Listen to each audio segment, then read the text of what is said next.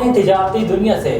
نگران وفاقی وزیر براہ مواصلات شاہد اشرف تارڑ سے آذربائیجان کے سفیر نے ملاقات کی ہے۔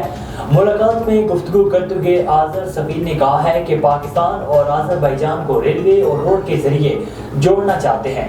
ہماری توجہ اقتصادی تعاون کو فروغ دینے پر ہے۔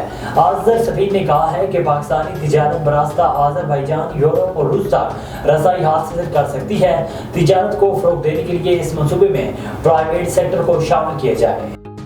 پاکستان کی اوپن مارکیٹ میں امپورٹڈ گندم کی آمد 3 بحری جہاز لنگر انداز ہو گئے۔ امپورٹرز نے مزید 10 لاکھ ٹن درآمدی گندم خریداری کے معاہدے کر لیے۔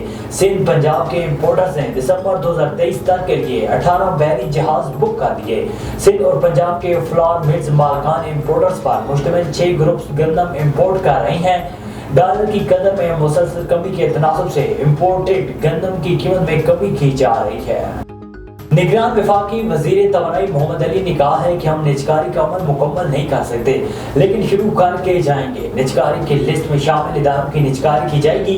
پاور سیکٹر کے حوالے سے بریفنگ دیتے ہوئے نگران وفاقی وزیر توانائی محمد علی نے کہا ہے کہ ڈسکوز سمیت پاور پلانٹس کے لیے اصلاحات کا عمل جاری ہے۔ حکومت کی زیادہ توجہ بجلی کی تقسیم کار کمپنیوں پر ہے۔ انہوں نے کہا ہے کہ ڈسکوز میں اصلاحات کے لیے 3 تجاویز پر کام کیا جا رہا ہے۔ پہلی تجویز کے تحت ڈسکوز کی نجکاری زیر غور ہے۔